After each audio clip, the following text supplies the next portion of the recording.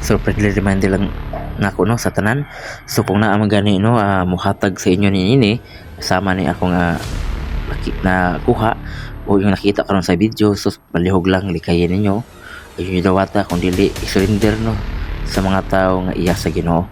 Kay pinaagi ni mo nga amulets pyramid pwede nga maguba ang imong kinabuhi o baguba usab ang kinabuhi sa imong pamilya.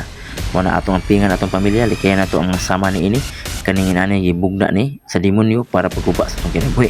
So not only this but also daghang kay mga klase ni kanang gitawag na amulets pyramid, daghan magibugna sa demonyo para makaksi sila, makasulod sila sa lawas sa tao.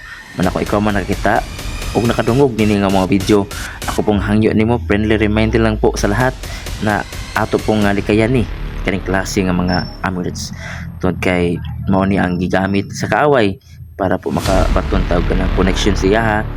No? So hoping nga kaning video nakatabang nimo o ako po andam sa pagtabang nimo usa ako naghangyo nga mahangyo ninyo nga suportahan ko ninyo para po daghang matabangan diri sa tibuok Pilipinas no at matabangan nga libre walay bayad sa tanan nga dunay balatian sakit no even sa dunay pambarang panghiluan o tanang klase nga nasuglag di mo no o tanang masakit pwede kay mamudula ko libre walay bayad.